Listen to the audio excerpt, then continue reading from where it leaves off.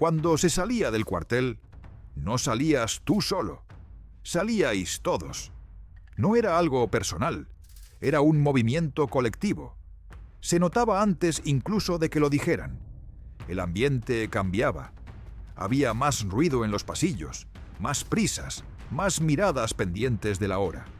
Todo el mundo sabía que ese día tocaba salir.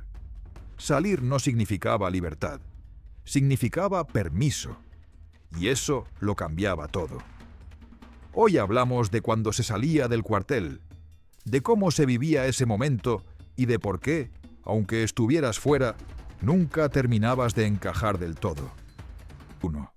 Cuando salías, el pueblo se daba cuenta.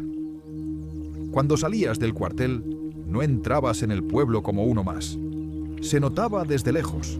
Ibas con el uniforme puesto, el pelo recién cortado y esa forma de andar que se te quedaba después de pasar la semana dentro. Y además, no salías solo. Salíais todos a la vez. De repente el pueblo se llenaba de soldados, demasiados, todos iguales, todos juntos. Y eso llamaba la atención sí o sí. La gente miraba, algunos con curiosidad, otros ya acostumbrados. Pero nadie dudaba de dónde venías ni de por qué estabas allí ese día. No hacía falta hablar. Tu presencia lo decía todo. Eras el soldado que salía del cuartel unas horas, nada más. Y aunque estuvieras fuera, seguías llevando el cuartel encima. 2. Con las mujeres. Todo iba demasiado rápido cuando hablabas con mujeres al salir. No era una situación normal. Tú venías de semanas sin trato normal, sin conversaciones tranquilas, sin vida de calle. Por eso todo iba deprisa. Las miradas duraban más. Las palabras salían sin pensar demasiado. No era amor. No era nada serio. Era necesidad de sentirte normal durante unas horas, de hablar sin órdenes, de que alguien te mirara sin verte como un número o un uniforme más. Sabías que aquello no iba a ningún sitio, que al día siguiente tocaba volver. Pero daba igual, porque en ese momento solo importaba estar fuera, aunque fuera poco tiempo. Y cuando terminaba, te dabas cuenta de que aquello había sido solo un paréntesis.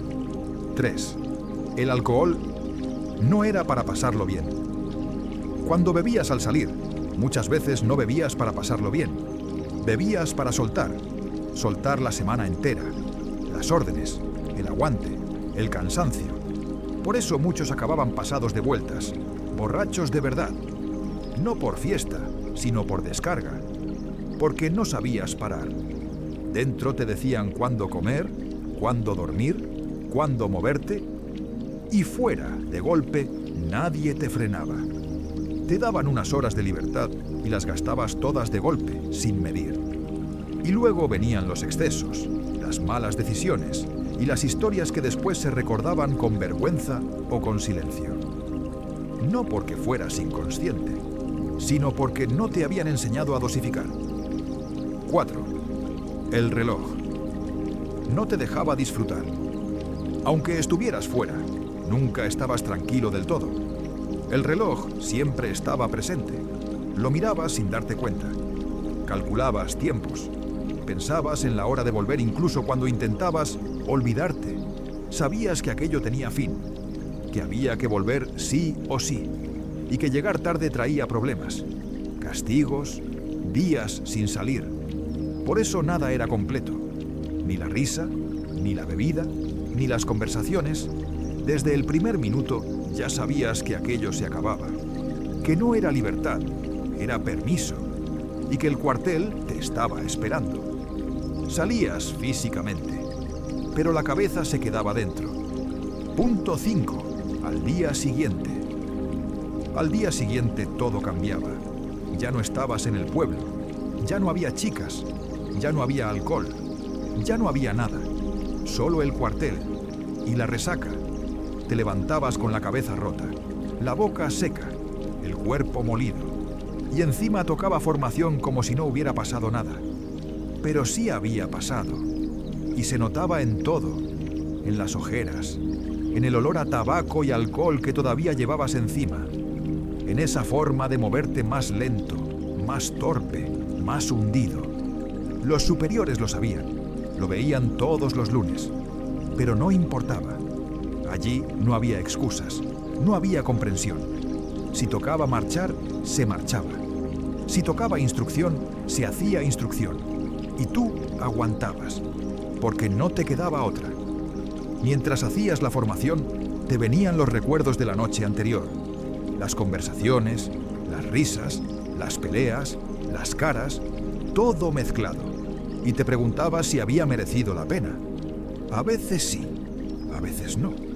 Pero daba igual, porque ya estabas dentro otra vez y lo de fuera quedaba lejos, tan lejos que parecía irreal, como si no hubiera pasado de verdad.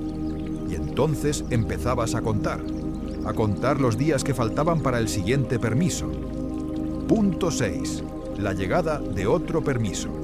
Y así empezaba todo otra vez, porque después del día siguiente venían más días, días iguales, días largos, días donde lo único que hacías era esperar a que llegara otro permiso. No lo decías en voz alta, pero lo pensabas todo el tiempo. Contabas los días, mirabas el calendario, hacías cálculos mentales de cuánto faltaba, y cuando faltaba poco, el ambiente cambiaba. Volvía el ruido en los pasillos, volvían las prisas, volvían las ganas, volvía esa sensación de que algo iba a pasar, aunque sabías perfectamente lo que iba a pasar, lo mismo que la última vez. Ibas a salir, ibas a ir al pueblo, ibas a encontrarte con las mismas miradas, con los mismos roces, con las mismas conversaciones que no llevaban a ningún sitio.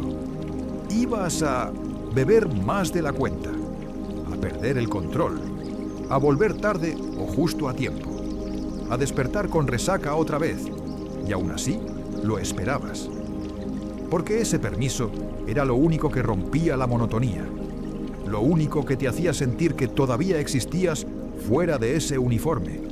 Sabías que no era libertad, sabías que era solo permiso, sabías que todo volvería a repetirse igual, pero lo necesitabas, porque sin esos permisos la mili se hacía eterna. Sin ellos solo quedaba aguantar, y aguantar sin esperanza es lo más duro que hay. Por eso cuando llegaba otro permiso, no importaba lo mal que lo hubieras pasado la última vez, no importaban las resacas, no importaban las broncas, no importaba nada, solo importaba salir, aunque fuera para volver a lo mismo. Con el tiempo entiendes que salir del cuartel no era libertad, era parte de lo mismo. Porque la mili no se vivía igual para todos. No era lo mismo hacerla en tierra que en la armada o en el ejército del aire. Cada uno salía distinto, cada uno volvía distinto, y cada uno recuerda esos momentos de una forma diferente. Si quieres entender por qué la experiencia cambiaba tanto según el ejército que te tocaba, te dejo aquí el video donde explicamos la diferencia entre los tres ejércitos. Porque para entender lo que pasaba fuera, primero hay que entender cómo funcionaba todo por dentro.